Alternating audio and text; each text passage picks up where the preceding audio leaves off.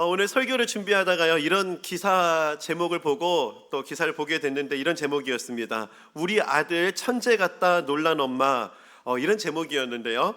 이 주된 내용이 이게 무슨 이야기인가 하고 봤는데요. 그 남아공 출신의 미국 기업가 일론 머스크에 대한 이야기였습니다. 일론 머스크 하면은 테슬라, 또 스페이스 X 등 이런 것들을 설립한 사람으로서 참 이렇게 많이 알려져 있지 않습니까? 이런 일론 머스크가 어릴 적부터 지금까지 사업가로서 성공할 수밖에 없는 그런 이유들을 인지 심리학자의 관점에서 분석한 기사였어요. 이제 인지 심리학을 전공하신 교수님께서 이 일론 머스크를 분석하면서 좀 이런 인터뷰를 한 내용이 좀 인상 깊었습니다. 이런 내용입니다. 인간은 언제나 미래를 과소평가합니다. 대다수는 어떤 일에 익숙해지고 노련해지는 것을 미덕으로 추구합니다. 기존의 생각의 틀에서 잘 벗어나지 못해요. 나이가 들수록 과거에 큰 성공을 거둔 사람일수록 더욱 그러합니다. 이런 인터뷰가 어떤 배경에서 나왔냐면은 일론 머스크는 어릴 적부터 기존의 틀에서 자꾸 이제 벗어나는 노력을 했던 인물이었다, 이런 얘기를 하면서요, 그의 반면에 오늘 우리의 모습은 익숙한 것, 이런 게 오히려 미덕이 되는 것은 아닌가, 좀 이런 것들을 좀 문제 삼는 이야기였습니다. 그러면서요, 그 예시로 하신 말씀이 이제 저는 인상 깊었는데요, 이런 이야기였습니다.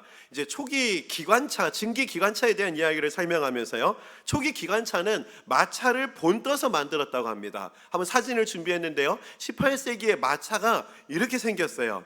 이런 모습이었는데요, 이런 마차를 따라서요, 사방이 뚫려 있는 최초의 증기기관차를 만듭니다. 그 증기기관차 사진도 한번 좀 보여주시겠습니까? 한번 잘 보시면은 마차랑 거의 흡사합니다.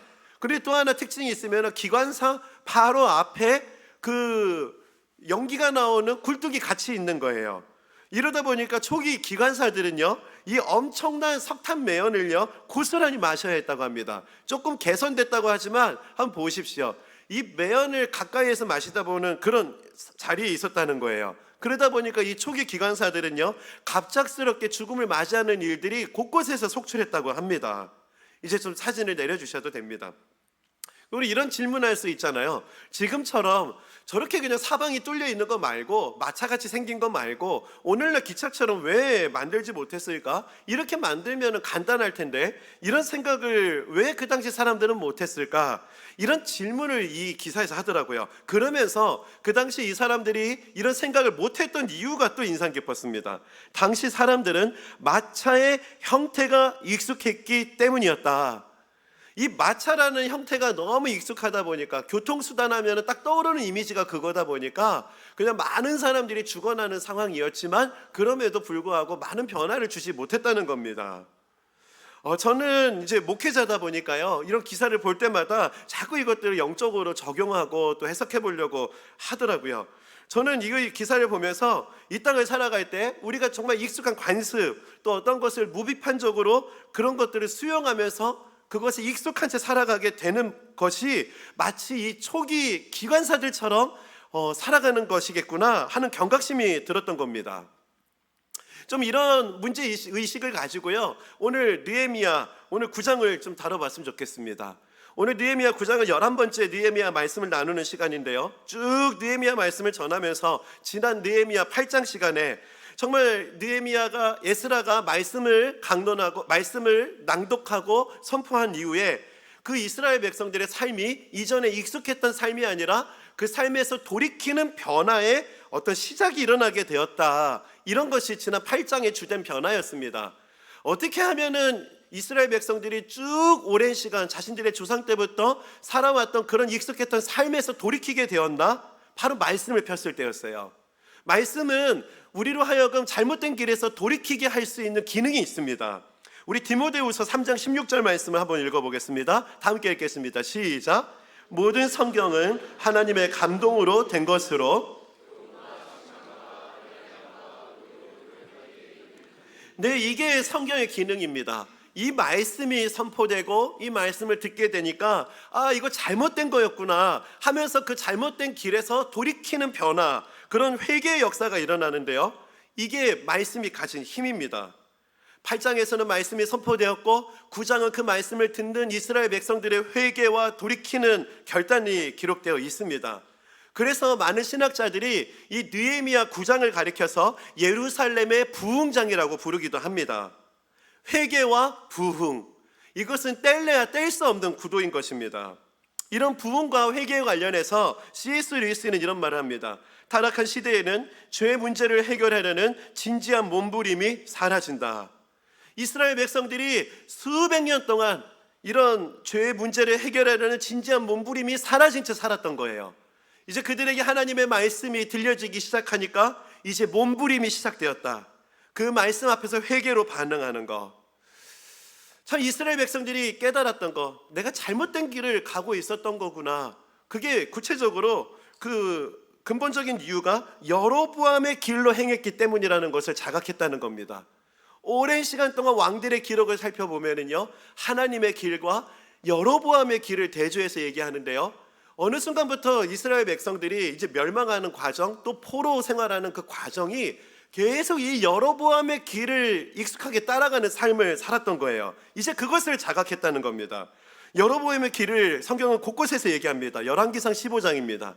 바하사가 여호와 보시기에 악을 행하되 여로보암의 길로 행하며, 옛날 왕이 그랬어요. 그리고 그 다음 왕도 마찬가지네요.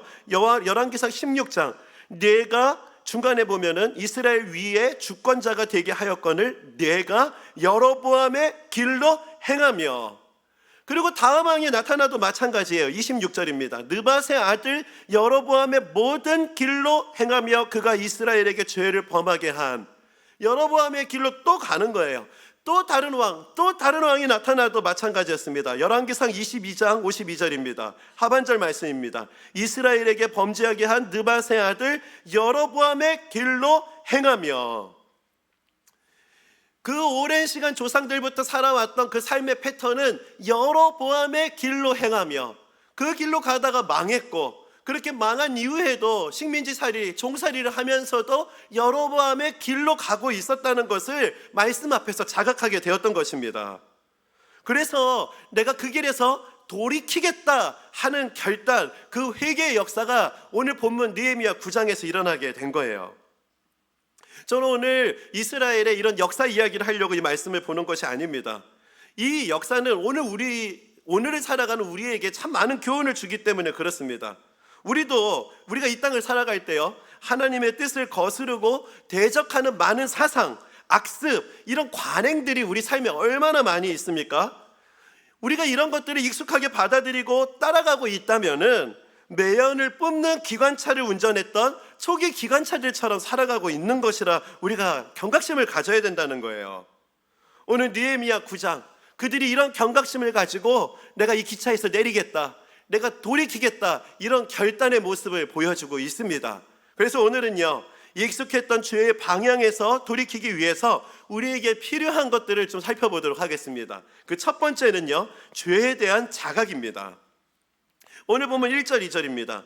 그 달 29날에 이스라엘 자손이 다 모여 금식하며 굵은 베옷을 입고, 여기 주목하십시오, 티끌을 무릅쓰며, 이런 모습으로 모든 이방 사람들과 절규하고 서서 자기의 죄와 조상들의 허물을 자복하고, 티끌을 무릅쓰면서, 이것은 하나님 앞에서 자신을 극도로 낮추는 모습입니다. 그런데 왜 하필 티끌일까요? 이 티끌은요, 어떤 물건이 완전히 타버린 상태를 의미하는 거예요. 그래서 오늘 본문 해석을 쉬운 성경을 보면은 티끌이 아니라 재라고 번역된 성경도 있습니다. 어떤 물건이 타버렸는데 적당히 그을린 정도가 아니라 완전히 형태조차 없어진 그런 상태, 완전히 망가진 상태, 절망적인 상태, 이것을 상징하는 게 바로 티끌입니다. 오랜 시간 나라를 잃었고 성벽이 무너졌고 종살이를 하는 자신들의 모습이 이런 티끌과 같은 상태, 완전히 절망적인 상태입니다. 이것을 자각하고 하나님 앞에 납작 엎드려서 하나님의 은혜를 구하며 회개의 기도를 드리고 있었다는 거예요. 오늘 이 1절 2절의 모습이 우리에게 보여주는가? 진정한 부흥은 이런 죄에 대한 자각에서부터 출발한다는 겁니다. 오늘 예배하는 저와 여러분에게 우리가 잘못된 길을 걸어가고 있구나, 이런 자각이 우리 가운데 있는 시간이, 그런 자각이 있는, 깨달음이 있는 그런 시간이 되기를 바랍니다. 저는 20대 때요, 그 선교사가 되기 위해서 선교사 지망생으로서 훈련을 받으면서 살았습니다. 이제 그때 저에게 이제 들려졌던 인상 깊은 한 얘기가 있는데요. 고 김수환 추기경과 관련된 이야기였어요.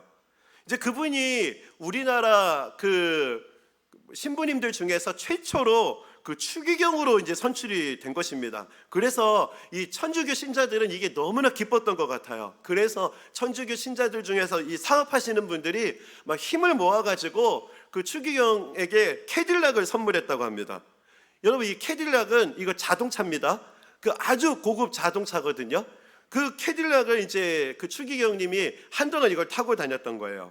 그러던 어느 날 이 추기경이 타고 다니는 이 캐딜락에 한 수녀님이 이제 동승하게 되었습니다. 이 동승에서요, 이 추기경님에게 이렇게 농담처럼 이런 말을 했다고 해요.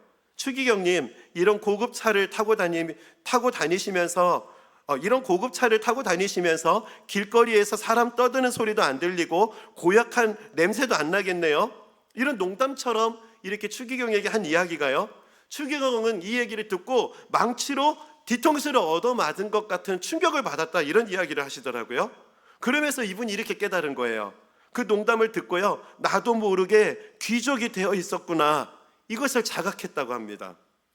그 다음부터는 이제 캐딜락을 그냥 돌려보내고 평생 고급차를 타지 않겠다, 이렇게 결심하셨다고 하더라고요. 그 당시 저는 이 이야기가요, 저에게 큰 경각심을 가져다 줬습니다. 그 캐딜락 탄다, 이게 경각심을 줬던 게 아니고요, 이렇게 그 훌륭한 추기경, 여러분 추기경은 아무나 내는 거 아닙니다. 그 가톨릭 신부님들 중에서 정말 그 깊이 있게 수양하신 분들 중에서도 그냥 그분들 중에서도 막 고르고 골라가지고 되는 분이 추기경이거든요. 그런데 이렇게 높은 깊은 수양을 쌓은 분들조차도 나도 모르게 귀족이 되어 있었구나. 저는 캐딜락보다 이게 충격이었어요. 나도 모르게. 아니, 저렇게 훌륭하신 분도, 저렇게 깊은 수양을 하신 분도 나도 모르게 길을 걸어갈 수 있다면은 나 같은 사람은 또 조심해야겠구나 하면서 경각심을 품게 되었던 것입니다. 저는 이런 측면에서요, 오늘날 막 세상에 쏟아지는 이 베스트셀러의 주제들을 보면은 한편으로는 공감이 되고 또 한편으로는 걱정이 되기도 합니다. 요즘 대부분의 책들의 주제가 이렇습니다. 너 자신을 믿어라, 네 가슴 뛰는 대로 해라, 뭐 이런 주제가 너무 많은 것 같아요. 갈수록 더 많이 출간되는 것 같습니다. 네 가슴이 시키는 대로 해라.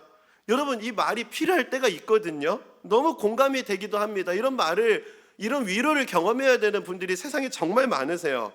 그런데 내 자신을 믿어라. 근데 여기서만 끝나면은 저는 안 된다고 생각해요. 여러분, 모든 그 상황이요, 네 가슴 뛰는 대로 해라, 네 그냥 심장 뛰는 대로 마음대로 살아라. 여러분, 그렇게 하면 이 세상 큰일 납니다. 너 자신을 믿어라. 여기서 끝나는 게 아니라 너 자신을 믿고 그렇게 하지만 너 그러다 큰일 날 수도 있다, 정신 차려야 된다, 이런 얘기도 필요한 겁니다. 네 가슴이 뛰는 대로 해라, 이런 말이 필요할 때도 있지만 정말 반대로 우리 자신을 돌아볼 수 있는 이야기도 필요하다는 거예요. 왜 제가 이런 경각심을 갖는가? 아까 조금 전 말씀드린 그런 추기경이라고 하는 분조차도, 그렇게 깊은 수양을 쌓은 분조차도 나도 모르게 엉뚱한 길로 갈 수 있는 것이 연약한 인간이기 때문에 그렇습니다. 여러분, 죄의 길에서 돌이키길 원하십니까? 그러려면은 여러분은 여러분 자신을 덜 믿으셔야 돼요. 오히려 나 자신의 의도, 동기, 이것을 하나님의 말씀 앞에서 점검하고 항상 또 점검하셔야 합니다. 저는 이런 측면에서 기억나는 인물이 있습니다. 바로 사도 바울이거든요. 그는 이전에는 예수 믿는 사람들을 박해하고 죽이기까지 했던 삶을 살았습니다. 그랬던 그가 예수님을 만나고 두 가지 질문을 드리는데요, 저는 이 두 가지 질문을 우리가 날마다 우리 스스로 또 하나님 앞에 드려야 되는 질문이라고 생각해요. 첫 번째 질문은 이겁니다. 사도행전 22장 8절입니다. 내가 대답하되 주님 누구시니까? 예수님을 만나자마자 사도 바울이 첫 번째로 드렸던 질문은 주님 누구시니까? 그때 예수님의 대답, 내가 박해하는 나사렛 예수라 하시더라. 이 질문을 통해서 주님과 나와의 관계가 재정립되는 거예요. 주님이 어떤 분이신지, 내 삶에 어떤 역사를 이루시는 분인지, 이 질문이 우리에게 필요합니다. 이런 주님과의 관계를 정립하면 여기서 머물면 안 돼요. 또 하나의 질문을 바울이 하는데요. 사도행전 22장 10절입니다. 내가 이르되 주님 무엇을 하리이까? 주님이 나의 주님이시라면은 나는 무엇을 해야겠습니까? 이것을 여쭤봐야 한다는 겁니다. 바울은 하나님의 말씀이 들려지기 전에 주님이 누구신지 모르고 내가 무엇을 해야 되는지 이 질문의 답을 몰랐을 때에는 그냥 자신의 신념대로, 자신의 가슴 뛰는 대로 했던 행동이 옳은 일인 줄 알았어요. 근데 예수님을 만나고 난 이후에 그 모든 행동들이 예수님을 핍박했던 행동이었다는 것을 자각하게 된 것입니다. 이런 측면에서 신앙생활하는 저와 여러분에게 이런 자각이 필요합니다. 자기 나름대로 옳은 일이라고 해서 최선을 다해서 하는 행동이었는데 그것이 하나님 뜻에서 벗어난 행동이 될 수도 있기 때문에 그렇습니다. 그래서 우리는 이 질문이 필요합니다. 주님 누구시니까? 이 질문 이후에 주님 무엇을 하리이까? 자기 확신이 꽉 찬 사람은 주님께 이런 질문 드리기 어렵습니다. 여러분, 신앙이 성장하고 신앙이 성숙한다는 것은 이처럼 자기 확신을 내려놓고 예수님 앞에 이런 질문이 많아지는 것이 신앙이 성장하고 성숙한다 할 수 있는 것입니다. 여러분, 특별히 교회 안에 이런 질문이 많아야 돼요. 두 번째 질문이 많아야 됩니다. 오늘 예배 드리시는 분들은 주님 누구시니까 모르시는 분들은 참 드무실 겁니다. 주님 누구시니까 이 답을 얻었다면은 여기서 끝 하고 두 번째 질문, 주님 무엇을 하리이까? 여러분, 이것을 묻지 않는 신앙생활은 너무나 힘들어요. 특히 교회 안에서 주님 누구시니까 예수다, 오케이 하고 그 다음부터 내 마음대로 하는 분들이 얼마나 많으십니까? 특히 교회 안에서는요, 이 두 번째 질문이 많아야 돼요. 정말 하나님, 제가 무엇을 하리이까? 정말 교회 안에, 특별히 지도자들 안에, 리더들 안에 이 두 번째 질문이 많은 그런 교회가 되기를 바랍니다.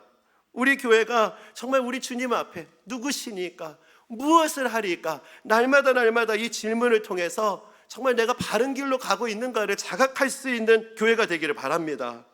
특별히 또 자녀 교육도 마찬가지예요. 자녀 교육도 가슴 뛰는 대로 하지 마십시오. 여러분, 자녀 양육 가슴 뛰는 대로 자기 확신대로 하다가 얼마나 자녀들에게 아픔을 주실 때가 많으십니까? 옳은 일이라고 확신해가지고 다그쳤던 일들이 돌이킬 수 없는 상처를 입히는 것들이 경우가 얼마나 많으냐는 거예요. 가정 안에서도 이 질문이 필요해요. 주님, 제가 무엇을 하리이까? 자녀들을 잘 기를 수 있도록 저에게 말씀하여 주옵소서.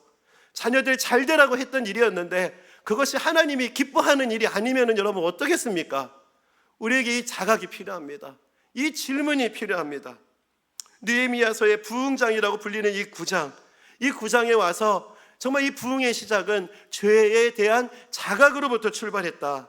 오늘 예배하는 저와 여러분에게도 하나님 앞에서 이런 죄에 대한 자각, 이런 자각을 할 수 있는 은혜가 오늘 예배 가운데 부어지기를 간절히 소망합니다. 두 번째는요, 익숙했던 죄에서 돌이키기 위해서 필요한 것은 후회를 넘어 행동의 변화가 필요하다는 거예요. 어떤 행동의 변화? 모든 죄와 단절하려는 행동의 변화가 필요하다. 조금 전에 느헤미야 9장 1절 말씀을 보면은 티끌을 뒤집어 쓰면서 하나님 앞에 후회하고 하나님 앞에 눈물로 기도하는 모습을 보였다면은 그 기도로만 회개 기도가 끝나면 안 됩니다. 더 나아가서 2절까지 와야 돼요. 우리 2절 세 번역 말씀으로 우리 함께 한번 읽어보겠습니다. 시작. 이스라엘 자손은 모든 이방 사람과 관계를 끊었다. 그들은 제자리에 선 채로, 여기서 주목할 표현은 후회만 한 것이 아니라 모든 이방 사람들과의 관계를 끊었다는 거예요. 여기서 끊었다라는 단어는 절단하다라고 하는 강한 의미를 가진 단어를 사용합니다. 이것을 오해해서 이제 이방 사람들을 차별한다는 거구나, 이스라엘 선민 사상에 빠지는구나, 이런 식으로 오해하는 그런 의도의 메시지가 아닙니다. 이것은 하나님을 믿지 않는 세상적인 가치관에 젖어 있는 사람들을 따르지 말라는 거예요. 그 세상적인 가치와 단절하라는 것을 말하고 있는 것입니다. 변화의 시작은 하나님으로부터 오지 않는 세상의 가치와의 단절로부터 시작되는 것이다. 이런 모습을 살펴보면은요, 여러분, 오늘 예배를 마치고 또 새로운 내일을 살기 위해서는 여러분 단절해야 할 오늘이 있습니다. 새로운 내일을 살아가기 위해서는 단절해야 할 어제가 있다라는 거예요. 하나님께서는 회개를 촉구하실 때 단순히 감정적인 후회, 눈물만은 말하지 않습니다. 돌이킴을 계속해서 말씀하세요. 역대하 7장 14절입니다. 내 이름으로 일컫는 내 백성이 그들의 악한 길에서 떠나 스스로 낮추고 기도하여, 여기서 주목할 표현, 내 백성이 그들의 악한 길에서 떠난다는 거. 눈물 콧물 흘리는 이런 수준이 회개가 아니라는 겁니다. 돌이킴까지 가야 한다는 거예요. 악한 길에서 떠나는 것까지 가는 게 진짜 회개라는 것이랍니다. 저는 오늘 이 회개에 대해서 묵상하면서요, 예전에 보았던 TV 프로그램이 좀 생각났는데요. 우리 청년들은 기억하실지 모르겠는데 그 옛날에 그 새 친구라는 시트콤이 있었습니다. 이거 엄청 재밌거든요. 그 중에서 그 유튜브에서 우연히 보게 됐는데 직진에서 부산까지 편이 이게 레전드래요. 혹시 기억을 하시는 분들이 계실지 모르겠어요. 제가 좀 설명드리겠습니다. 거기 새 친구의 여주인공이요, 오늘 운전면허를 딴 겁니다. 그래서 이제 운전면허를 땄는데 막상 차를 몰려니까 무서운 거예요. 그래가지고 이제 도로 주행 연수를 받아야 되나 막 고민하는데요. 그때 남자 주인공이 딱 나타나가지고요, 이제 막 그 성인 군자처럼 이렇게 말하는 겁니다. 내가 도와줄게요. 그러니까 막 그 여주인공이 너무 좋아하면서 그렇게 이제 운전 연수가 시작되거든요. 이제 운전 연수를 시작하니까 그 여주인공이 너무 막 긴장하면서 핸들 붙잡고 있고 막 장갑 끼고 운전하고 딱 있더라고요. 너무 긴장하니까 남 주인공이요, 걱정하지 마세요, 편하게 하시면 돼요, 막 이렇게 또 아주 에티켓 있게 예의 있게 말하더라고요. 이제 그러면서 이제 그 도로 주행이 시작되거든요. 이제 시작하면서부터 문제가 시작됩니다. 이제 쭉 가는데요, 출발하면서 조금 앞에 가다가 이제 우회전으로 이제 꺾어야 됐나 봅니다. 그래서 이제 남자 주인공이 좀 가다가 우회전하시면 돼요. 그래가지고 여주인공이 우회전 깜빡이를 켰는데요, 우회전을 못하는 겁니다. 하다가 우회전을 못하고 직진으로 가버리는 거예요. 그랬더니 또 남자 주인공이 또 아주 뭐 별일 아닌 것처럼 그 조금 괜찮아요, 좀 앞에 가다가 좌회전 하시면 돼요. 근데 또 여주인공이 좌회전 깜빡이를 켜고 있다가 좌회전을 못하고 막 오오 이러면서 또 직진으로 확 가버리는 겁니다. 그렇게 계속 직진으로 갔는데 이게 경부고속도로 톨게이트까지 가버린 거예요. 이제 큰일 난 거 아니겠어요? 이제 고속도로 타버렸습니다. 그래가지고 이대로 그냥 가면 부산까지 가는 거잖아요. 그러니까 이제 남자 주인공이 이제부터 당황해가지고요, 저 첫 번째 휴게소 가면 거기서 무조건 휴게소 들어가시라고. 그랬더니 이게 웬일입니까? 첫 번째 휴게소가 딱 나타났는데요, 이제 휴게소로 깜빡이를 딱 켜는데 휴게소로 그 차선을 바꾸지 못하고 다시 또 하면서 휴게소를 지나가 버리는 거예요. 그래가지고 이제 이 남자 주인공이 이제 뭐 교양이고 이런 거 없습니다. 제발 좀 들어가라고 막 이렇게 소리 지르고 막 이러면서, 이제 저 가다가 천안 아이씨 나오면 거기로 그냥 빠지라고 막 이러는데, 또 천안 아이씨 나오는데 하면서 천안 아이씨 그냥 지나가서 또 직진 이렇게 하다가 결국에는 그냥 어디로 빠지지도 못하고 부산까지 가버렸다, 이런 내용이거든요. 마음이 울적하면은 한번 이거 보시면은 여러분 이제 웃음이 나오실 겁니다. 저는 근데 이 우스꽝스러운 이 시트콤의 내용이요, 이런 생각을 해봤어요. 이 모습이 신앙생활하는 우리의 모습이라면은 어떻겠는가, 이런 생각을 해본 겁니다. 우리가 하나님 말씀 성경을 읽어야 되는 이유는 내가 지금 가려고 하는 곳이 우회전을 해야만 갈 수 있는 곳인데, 그러려면은 이제 500m 앞에서 우회전을 해야 되네, 이런 것을 자각하기 위해서 성경을 보는 거거든요. 내가 지금 부산으로 가고 있구나, 내가 지금 집으로 가려면은 휴게소에 들려가지고 지금 유턴해야겠다, 이런 걸 자각하기 위해서 성경을 읽는 겁니다. 주일 예배 와서 설교를 듣는 것도 마찬가지예요. 지금 하나님이 원하시는 길을 걸어가고 있는가, 아니면은 정말 내가 다른 길을 걷고 있었는가, 이거를 자각하기 위해서 말씀을 보고 듣는 것입니다. 실제 예배 시간에 설교를 들으면서요, 내가 잘못된 길로 가고 있구나, 이걸 자각하기도 합니다. 어떨 때는 눈물을 흘리면서 뼈아픈 후회를 하기도 해요. 그런데 지금은 집으로 가는 게 아니라 부산으로만 가고 있다, 이걸 자각하고 괴로워하면서 결국에 뭐 톨게이트로 빠져나오지도 못하고 계속 그냥 부산으로 가는 사람들이 생각보다 많다는 겁니다. 울면서도 이거 아닌데 하면서도 계속 돌이키지 않고 부산을 가는 거예요. 이런 식으로 후회만 하며 살았던 인물이 바로 가룟 유다였습니다. 마태복음 27장 3절입니다. 그때 예수를 판 유다가 그의 정죄됨을 보고 스스로 뉘우쳐, 여기 뉘우쳐라는 단어가 회개를 뜻하는 메타멜로마이라는 단어입니다. 후회했다는 거예요. 그 가룟 유다는 회개를 했는데 그 회개는 어느 수준의 회개였다고요? 나 지금 부산으로 가는 길이구나. 집으로 가려면 이 길이 아닌데 이거를 자각하고 나 어떻게 해야 되나, 이런 후회 정도에 머무는 회개, 이게 바로 가룟 유다의 회개였다는 거예요. 여기서 더 나아가는 돌이킴의 회개를 선포하는 인물이 있는데 바로 그 사람이 베드로입니다. 그는 사도행전 3장에서 이런 선포를 하거든요. 사도행전 3장 19절, 우리 이 말씀 다 함께 한번 읽어보겠습니다. 시작. 그러므로 너희가 회개하고 돌이켜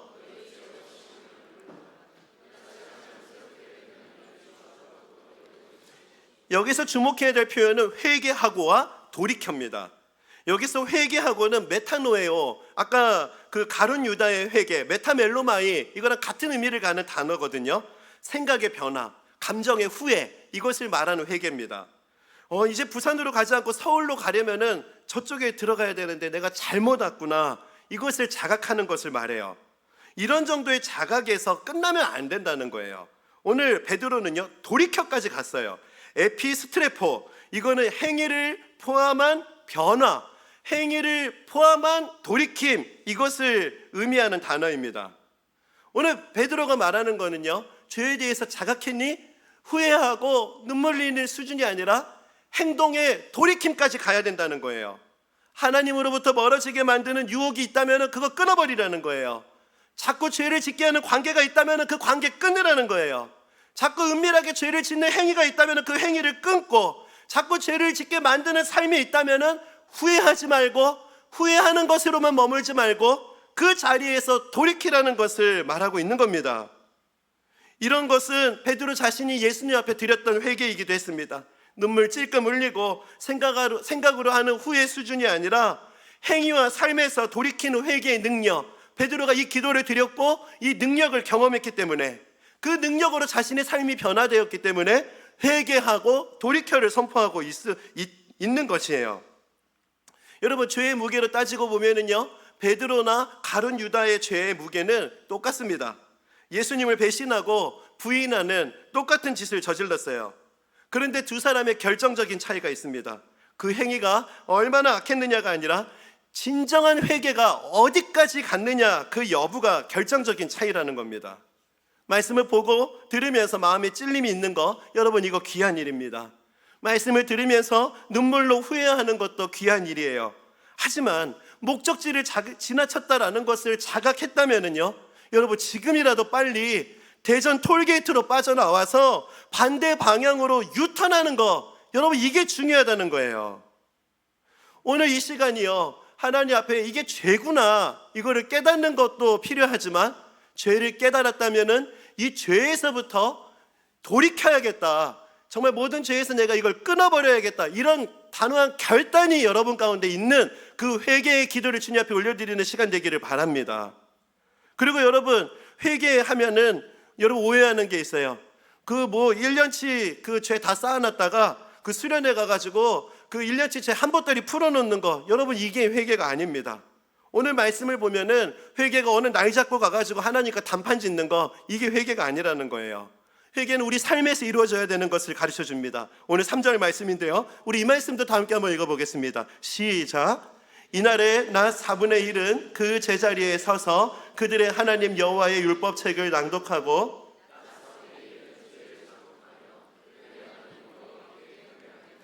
오늘 나 4분의 1은 말씀 보고 나 4분의 1은 죄를 고백하면서 하나님을 경배했다. 오늘날의 시간으로 환산하면 매일 3시간씩 말씀 보고 3시간씩 죄를 고백했다는 것이거든요. 그냥 이 말을 오해해가지고 그냥 세상과 담쌓고 말씀만 보고 기도만 하며 살아라, 이런 의미가 아닙니다. 오늘 표현에서 주목해야 될 것은 낮이라는 표현이에요. 하루 살아가는 삶 속에서 가장 활동적이고 가장 많은 사람들을 만나서 관계할 수 있는 그 시간의 대부분이 하나님께 영향을 받는 시간이었다, 이것을 우리에게 가르쳐주고 있는 겁니다. 우리의 삶 속에서 가장 많이 활동하는 시간, 내가 많은 사람들을 만나는 그 시간, 세상의 사람들과 관계하는 그 시간이 하나님을 잊어버리는 시간이 아니라 오히려 그 시간에 하나님으로부터 영향을 받아야 되는 시간이라는 것을 우리가 자각해야 된다는 거예요. 그런 삶이 진정한 회개라는 겁니다. 여러분, 그 운전하는 거 아까 그 얘기를 나눴는데요. 여러분, 운전하기 위해서는 집중이 필요해요. 특히 폭우가 쏟아지는 날 운전할 때는요, 한시라도 긴장을 풀 수가 없습니다. 차선도 안 보이고요. 비 오는 날, 폭우가 쏟아지는 날 운전하는 것은요, 한순간도 그냥 날 잡고 해야 되는 게 아니라 모든 순간마다 집중해야 되는 것이 폭우 속에 쏟아지는 운전이에요. 여러분, 오늘날은 죄의 유혹이 폭우처럼 쏟아지는 시대입니다. 이런 현실을 살아갈 때 우리는 날마다 하나님 영향력 안으로 들어가야 돼요. 하나님의 영향 안에서 살아야 되고 하나님의 영향을 받는 그 자리에 머물러야 한다는 겁니다. 여러분, 목적지에서 벗어난 길을 가고 있다면 빨리 그것을 자각할 수 있는 은혜를 경험하십시오. 그리고 그것을 자각했다면 빨리 그 고속도로에서 빠져나오셔서 유턴하시기 바랍니다. 이런 죄에서 돌이킴이 있을 때 하나님으로부터 우리는 진정한 보호, 인도하심을 경험할 수 있는 믿음의 길을 걸어가게 될 줄 믿습니다. 마지막으로 세 번째는요, 이 돌이킴의 목적지는 하나님의 사랑이라는 겁니다. 여러분, 누군가를 사랑하면은요, 더 사랑하고 싶어집니다. 여러분, 이 결혼 서약을 결혼식장에서 하지 않습니까? 그 결혼 서약을요, 오해하면 안 됩니다. 그냥 오늘 결혼하는 날처럼 평생 사랑하겠다, 이런 서약이 아니에요. 여기 결혼해서 오랫동안 살아보신 분들은 아실 거예요. 결혼하는 그날이 사랑이 제일 조금 필요한 날입니다. 같이 살면은 하루하루 결혼 서약했던 그날보다 더 큰 사랑이 필요해요.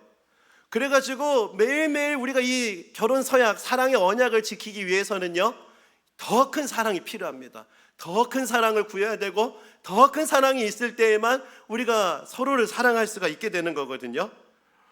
그 누군가를 사랑하게 되면은요, 더 큰 사랑으로 사랑하고 싶어져요. 그 사람이 원하는 것, 그 사람이 기뻐하는 것을 하고 싶어지고요, 그 사람이 싫어하는 것, 그것은 하고 싶지 않아집니다. 그런 거구나 하고 막 신기하게 보시는데요, 여러분, 사랑을 해보십시오. 특히 청년들, 사랑하면 이런 일이 일어나게 됩니다. 이런 경험을 해보시기 바랍니다. 어찌됐든 이 사랑을 하면은 더 사랑하고 싶어지고, 사랑하게 되면은 그 사람이, 사랑하는 사람이 싫어하는 행동을 하기 싫어지는 것. 오늘 이스라엘 백성들이요, 이것을 깨달은 거예요. 오늘 우리가 다 읽지는 않았지만 5절부터 37절까지 이 긴 말씀이 내가 이제 하나님이 나를 사랑했다는 것을 알게 되었습니다. 하나님 사랑을 잊고 살았는데 그럼에도 불구하고 하나님 나를 포기하지 않아 주셨군요. 끝까지 사랑해 주셔서 감사합니다. 이것을 깨닫는 기도의 고백이고요. 그리고 또 하나는, 하나님, 이제는 하나님이 기뻐하지 않는지 제가 하지 않겠습니다. 하나님, 제가 회개합니다. 하나님이 기뻐하시는 길로만 걸어가겠습니다. 이것을 고백하는 기도가 오늘 5절부터 37절까지의 기도입니다. 이런 기도를 하나님 앞에 다 드리고 나서 끝, 이게 아니라요, 이스라엘 백성들이 아주 중요한 한 가지 일을 하는데요, 그게 오늘 말씀의 결론이에요. 38절 말씀인데요, 우리 이 말씀도 다 함께 한번 읽어보겠습니다. 시작. 우리가 이 모든 일로 말미암아 이제 견고한 언약을 세워 기록하고 우리의 방백들과 레위 사람들과 제사장들이 다 임봉하나이다 하였느니라. 하나님의 사랑을 깨닫고 내가 잊어버리고 살았다는 것을 자각하면서 하나님 앞에 회개했던 기도, 그리고 하나님, 나를 사랑하신 하나님 사랑에 감격하여서 하나님 기뻐하는 일만 하고 싶습니다. 하나님 미워하시는 일에서 저는 돌이키길 원합니다. 그렇게 기도를 했던 그 기도, 그냥 고백으로만 끝나는 게 아니고요, 오늘 그거를 기록했다는 거예요. 레위인들, 제사장들, 지도자들이 모여가지고요, 자신들이 하나님 앞에 돌이키겠다고, 하나님만 사랑하겠다고 그렇게 고백했던 그 기도의 내용을 기록했고요, 마지막에 그것을 임봉했다. 쉽게 말해서 그것을 서명했다. 오늘 그렇게 오늘 회개 기도가 마무리가 됩니다. 오늘 이 말씀을 보면서요, 저는 마틴 루터의 십계명 소요리 문답이 생각났습니다. 보통 세례 받으시는 분들이 이 십계명 소요리 문답을 하게 되는데요, 그 세례를 받기 위해서 오신 분에게 목사님들이 이렇게 물어봅니다. 십계명의 첫 번째 계명이 무엇입니까? 그러면 세례 받는 분들이 이렇게 답하세요. 너는 나 외에 다른 신들을 내게 두지 말라입니다. 이랬을 때 마틴 루터가 그 문답하는 목회자들에게 이런 가이드를 이렇게 주었습니다. 두 번째 계명을 설명하기에 앞서서 이런 말이 있어요. 모든 계명은 제1계명을 돋보이게 하는 부록과 같습니다. 제1계명을 잘 지키면 나머지 계명들은 저절로 따라오게 되어 있습니다. 저는 이게 너무나 공감이 되는 겁니다. 1계명만 잘 지키면은 나머지 9가지 계명은 신경 쓰지 않아도 된다는 거예요. 1계명만 잘 지키면은 10계명 잘 지키는 거 문제가 되지 않는다는 겁니다. 그래서 1계명만 잘 지키면 되고 나머지 9개는 다 부록이다. 이런 이야기가 너무 공감이 됐거든요. 여러분, 죄라는 단어가 히브리어로 하마르티아거든요. 이 하마르티아는요, 관역에서 벗어나다 이런 의미를 가지고 있습니다. 그러니까 죄는 어떤 특정 행위를 말하는 것이 아니고요, 하나님으로부터 벗어난 모든 것이 죄라는 거예요. 하나님으로부터 벗어났기 때문에 탐욕에 빠지게 되고, 하나님으로부터 벗어났기 때문에 교만해지고, 하나님으로부터 벗어났기 때문에 거짓에 빠지게 되고, 하나님으로부터 벗어났기 때문에 정욕에 사로잡히게 된다는 거예요.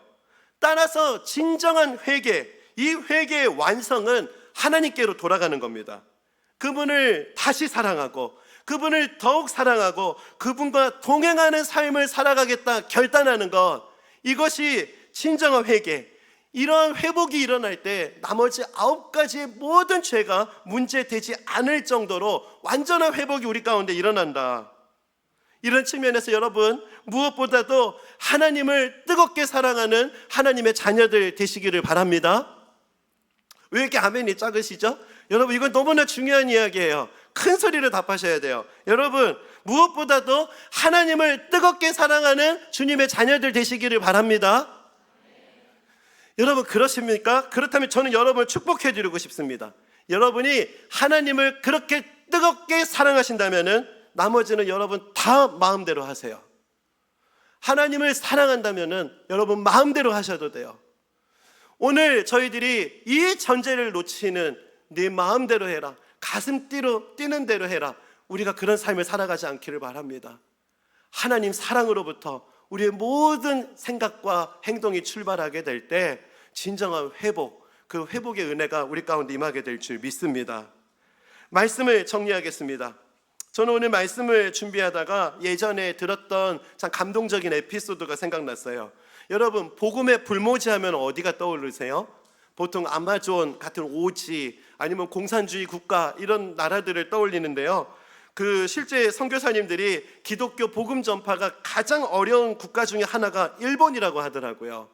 어떤 낙후된 환경, 공산주의라고 하는 어떤 체제, 이런 것보다는 모든 게 다 개방되어 있는데 일본은 그렇게 복음 전하기가 어렵다고 합니다. 그 일본, 여러분 보시면은 거기 얼마나 우상들이 많습니까? 우상 숭배가 문화예요. 만화 영화 봤다 하면 다 우상 숭배예요. 그러다 보니까 기독교 복음 전파가 너무나 어려워요. 그런데요, 몇 해 전에 일본에서 그 예배 가운데 큰 부흥이 일어났다는 소식이 들려왔어요. 근데 그 큰 부흥이 어디에서 일어났냐? 주일학교 예배에서 일어났답니다. 아이들이 하나님 앞에 회개하고 하나님 앞에 막 이제 그 죄를 고백하고 회개하는 그 부흥이 그 일본에 일어났는데, 그때 그 예배에서 우리 아이들이 불렀던 그 찬양이 한국으로도 전파가 되어서 한국에서도 많이 불려지거든요. 여러분, 이 노래 혹시 들어보셨습니까? 예수 사랑합니다. 사랑합니다. 온 마음 다하여 오직 주님 한 분만 간절히 더 원합니다. 일본에서 회개의 기도가 드려졌고 부흥이 임했는데요, 저는 이 이야기를 듣고 눈물이 났어요. 우리 아이들이 하나님 앞에 회개했던 그 고백, 또 그 회개 고백을 통해서 일본에 부흥이 왔다. 도대체 어떤 고백을 했길래 이 아이들이 이런 고백을 했다는 거. 예수 사랑합니다. 예수 사랑합니다. 오직 주님 한 분만 간절히 더 원합니다. 이런 것들을 아이들이 고백하면서 이 고백을 통해서 어른들이 도전을 받고 어른들이 회개하면서 정말 이 부흥의 불씨가 확산되어 갔다, 이런 소식을 들으면서요 참 너무 감사했습니다. 여러분, 회개하는 것은요 이것도 안 하겠습니다, 저것도 안 하겠습니다, 여러분 안 하겠습니다에 집중하는 게 회개가 아닙니다. 그렇게 오늘 회개를 오해하시면 안 됩니다. 회개는 오직 하나님만 사랑하길 원합니다. 오직 하나님만을 원합니다. 오늘 이 찬양의 제목이요 더 원합니다예요. 여러분, 오늘 말씀의 결론, 여러분 뭘 더 원하세요? 뭘 더 원하십니까? 물질을 원하시고 건강을 원하시고 또 어떤 성공을 원하십니까? 여러분, 그거 다 필요한 거라는 거 다 이해합니다. 하지만 여러분, 그것들 하나하나 붙잡는 것보다 확실한 거 하나를 붙잡으셔야 돼요. 하나님을 사랑합니다. 하나님을 원합니다. 여러분, 이것을 구하기 시작할 때 나머지는 여러분 다 마음대로 하세요. 여러분, 오늘 이런 하나님과의 사랑의 그 복구가 우리 삶에 얼마나 큰 회복을 가져다 주는지, 이런 진정한 회개, 진정한 부흥이 오늘 우리 안에 일어나게 되기를 소망합니다. 이 회복의 시작, 부흥의 시작은 예수님만을 사랑하겠습니다 라고 하는 진심 어린 고백에서부터 출발한다. 오늘 우리가 주님 앞에 회개 기도 드렸으면 좋겠는데요, 그 회개 기도는 주님만을 사랑하겠습니다, 일본의 그 어린 아이들이 고백했던 이 고백을 하나님 앞에 마음으로 함께 고백하는 시간을 갖도록 하겠습니다. 오늘 말씀 생각하면서 함께 고백합시다. 예수 사랑합니다. 예수 사랑합니다. 사랑합니다. 온 마음 다하여 오직 주님 한 분만 간절히 더 원하. 우리 처음부터 한 번 더 고백합시다. 예수 사랑합니다. 예수 사랑합니다. 주님만을 사랑합니다. 온 마음 다하여 오직 주님 한 분만. 아버지, 세상의 것들이 아니라 주님을 원합니다. 간절히 더 원합니다. 그래서 고백합시다. 넘쳐나네, 넘쳐나네, 넘쳐나네. 주를 향한 내 손에 갈망이 주님께로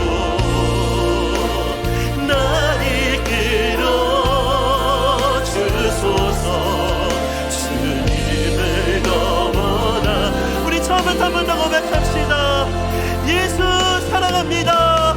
예수 사랑합니다. 오직 주님만을 온 마음 다하여 오직 주님 한 분만. 세상의 것들이 아니라 오직 주님 한 분만 간절히 원합니다. 그래서 함께 선포합시다. 넘쳐나네, 넘쳐나네, 넘쳐나네. 무엇이 넘쳐나십니까? 주를 향한 내 속의 갈망이. 하나님 아버지, 이런 변화를 우리 가운데 허락하여 주옵소서. 날 이끌어 주소서. 주님을 더 원합니다. 우리 더욱더 간절하게 은혜를 구합시다. 넘쳐나네, 넘쳐나네, 넘쳐나네. 주를 향한 내 손에. 여러분의 길이 아니라 주님께로 날 이끌어 주소서. 날 이끌어 주소서. 주님을. 그래서 결단합시다. 다시 복음으로, 다시 복음으로, 다시 십자가로, 다시 하나님께로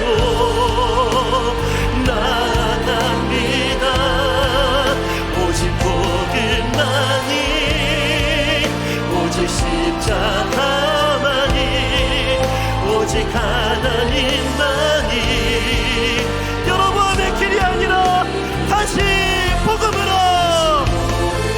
오늘 돌이킵시다.